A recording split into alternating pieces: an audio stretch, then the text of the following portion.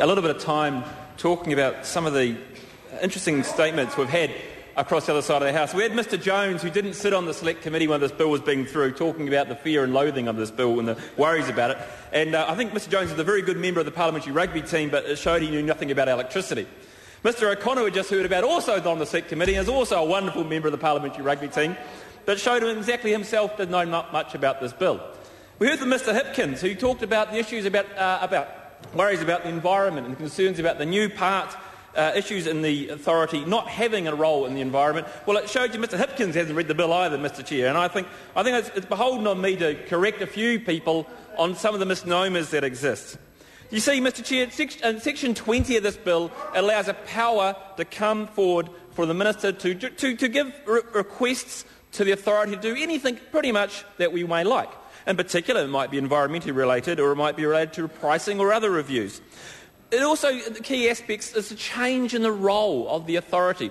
You see, Mr Chair, I've had the misfortune of working in the energy sector, both as an advisor and in terms of being a supplier to the industry, in terms of cables in particular. I work for a major supplier to the energy industry and it was one of the major players. But look, one of the issues that you do have in the energy sector is in terms of this big confusion that we used to have with the Commission.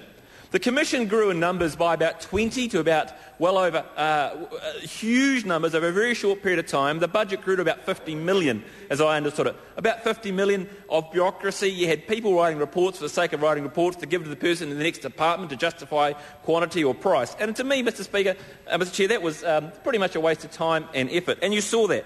Mr Chair, what you've got now is a greater focus by an authority. You've got the Electricity Authority. Will it actually have some aspect of environmental oversight? Indeed, and that will also be contained and more detailed around use of the Resource Management Act.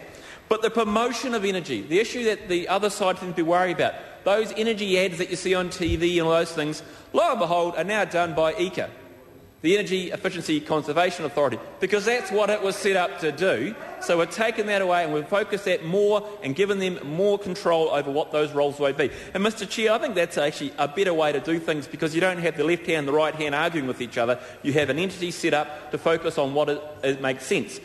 One to focus on energy efficiency and one to focus on governance and administration of the industry, Mr Chair. You see, Mr Chair, one of the factors that we've worried about and has talked about some of the roles and aspects under here of Part 2 is the issue of security of supply and the fact that we haven't had enough generation capacity built in the last few years.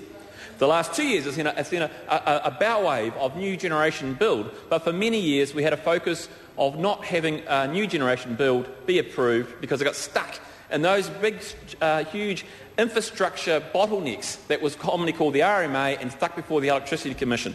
And what we've done is refocus the Electricity Authority to actually separate out what it's good at and what it's not. And that's to allow and help and advise on helping get new generation plant built quickly, and the fact that the issues around promotion be separated off, and all the areas which are actually, instead of being one big, massive amalgam of bureaucracy, to break up the roles and tasks into those entities which make sense. And that will lead to a lower price rise path over the next few years. And that, Mr Chair, is the absolutely critical aspect. Because under Labor, prices went up 72%. 72% in 9 years. 72% in 9 years. And in the last 2 years, Mr Chair, you know what prices have done? They've gone up about 4%. 4%. So, Mr Chair, look, that shows you that some of the things we're doing is actually working, and the intention to sort out that bureaucracy and allow more build of generation plant, in particular geothermal plant, to allow retiring and putting back on the curve thermal generation plant, putting in place greater incentives and money. Even today we announced the investment into new marine energy type arrangements, and that's a good thing. That's future technology to bring on the new curve of technology for the energy sector, and that's an important role for the Electricity Authority to take, Mr Chair.